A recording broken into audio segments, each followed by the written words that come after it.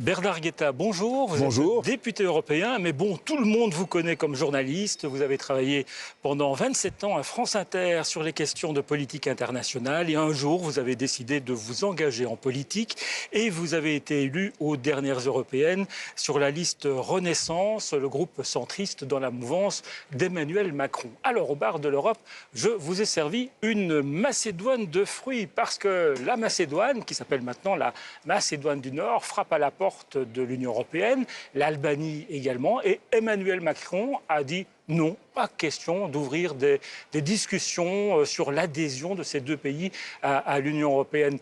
Il n'aurait pas fait une petite erreur quand même, Ah non, Emmanuel ça je Macron? ne le crois pas du tout. Alors premièrement, il n'a pas été le seul à dire non.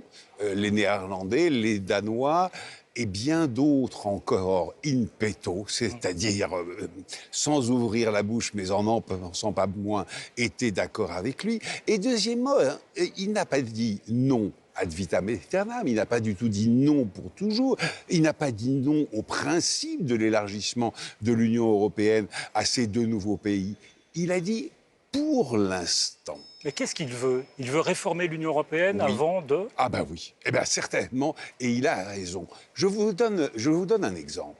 Au Conseil européen, l'Assemblée des chefs d'État et de gouvernement, chacun des premiers ministres ou chefs d'État présents a droit à un droit de veto.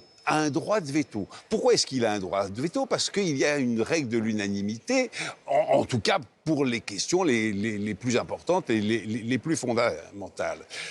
Ça veut dire que chacun des 27 ou 28,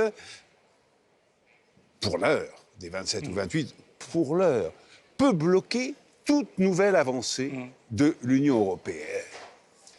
C'est déjà bien assez compliqué à 27 ou 28. Demain à 30 ou 31 et après-demain à 35 et dans quelques années à 40. Parce que je suis un ardent partisan de la poursuite de l'élargissement de l'Union européenne, mais d'une Union européenne dont le fonctionnement aurait été modifié afin qu'elle puisse innover, afin qu'elle puisse avancer, créer, apporter de vrais avantages. On a fait des promesses à la Macédoine, on a laissé entendre qu'elle pourrait effectivement entrer dans l'Union européenne. Elle a fait beaucoup de progrès en matière de lutte contre la corruption, puis elle a réglé un gros problème, un gros contentieux avec la Grèce sur le nom de la République. Donc on dit à ces peuples, non, finalement, on ne veut pas de vous. Non, on ne leur dit pas, on ne veut pas de vous.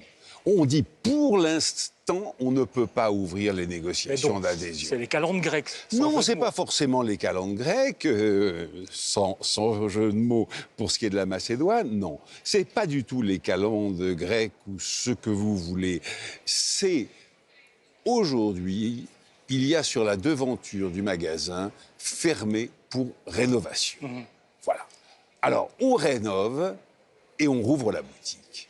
Mais on ne peut pas aujourd'hui faire entrer de nouveaux membres pendant les travaux de rénovation. C'est trop compliqué. Alors, Bernard Guetta, regardez cette photo, vous le reconnaissez bien sûr, Donald Trump. On va profiter de vos connaissances en matière de relations internationales.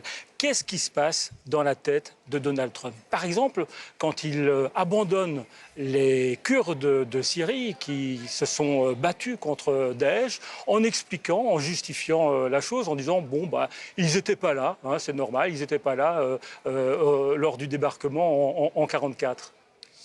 Écoutez, il a dit des choses très fantaisistes, mais là, vous exagérez, vous forcez les choses. Mais c'est vrai qu'il a dit que les Kurdes n'étaient pas là, il le déplorait, il disait, bon, c'est des amis, c'est des alliés, mais quand même, ils n'étaient pas là sur les plages de... Enfin, cet homme est complètement invraisemblable. Alors, l'abandon des Kurdes, c'est moralement inacceptable, selon vous? C'est plus qu'inacceptable, c'est un scandale absolu. C'est un scandale absolu, c'est une honte totale.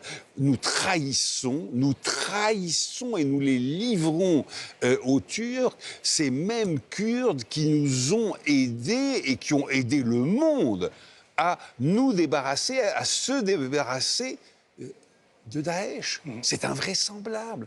Sans les Kurdes, nous aurions dû tous les Occidentaux, Français, Allemands, Américains, envoyaient des soldats sur le terrain. Ce sont eux qui se sont fait tuer. Ce sont eux qui se sont fait tuer pour nous débarrasser de Daesh et ensuite on les abandonne. C'est abject. C'est simplement abject. Cette affaire témoigne de l'impuissance de l'Union européenne à l'égard des Américains, aussi à l'égard de Erdogan, qui est rentré comme dans du beurre. Écoutez, ça témoigne d'une réalité à laquelle il faut faire face.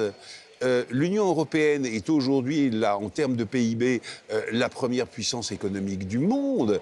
Mais c'est un nain politique. Alors, vous avez fait une intervention ici au Parlement européen pour dénoncer l'offensive du président Erdogan en Syrie, mais à supposer qu'il vous ait entendu, Erdogan, il doit ricaner quand même. Est-ce que vous n'avez pas l'impression que finalement vous aviez plus de pouvoir quand vous faisiez des chroniques à France Inter qu'en prenant la parole ici au Parlement européen? Ah non, ça je vais vous détromper. J'avais peut-être plus d'influence directe sur nos compatriotes, ça c'est possible. Mais M. Erdogan est beaucoup plus sensible à une intervention, même d'un simple député dans l'hémicycle du Parlement européen, qu'à une chronique sur France Inter. Non, vraiment. Il est beaucoup plus sensible à cela. Mais vous savez, revenons à M. Trump. Vous me disiez, mais qu'est-ce qu'il a dans la tête?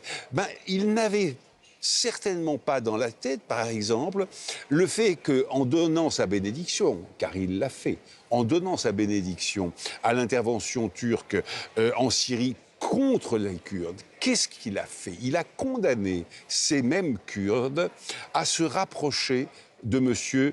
Assad. Et M. Assad est le principal allié dans la région de qui? De l'Iran.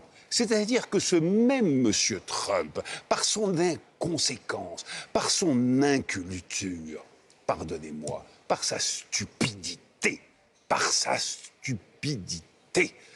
a jeté les Kurdes, ils n'avaient pas le choix, les malheureux, dans les bras de Assad, donc de l'Iran, et il a renforcé encore la main de l'Iran dans toute la région.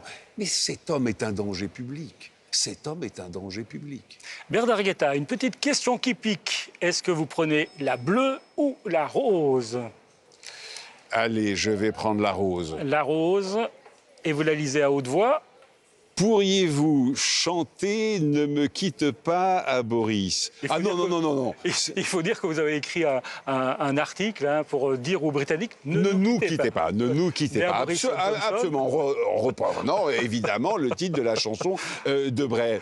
Alors non, à Boris, je chanterai volontiers « Quitte-nous le plus rapidement possible », mais à la Grande-Bretagne, oui, certainement, je chante Ne nous quitte pas ».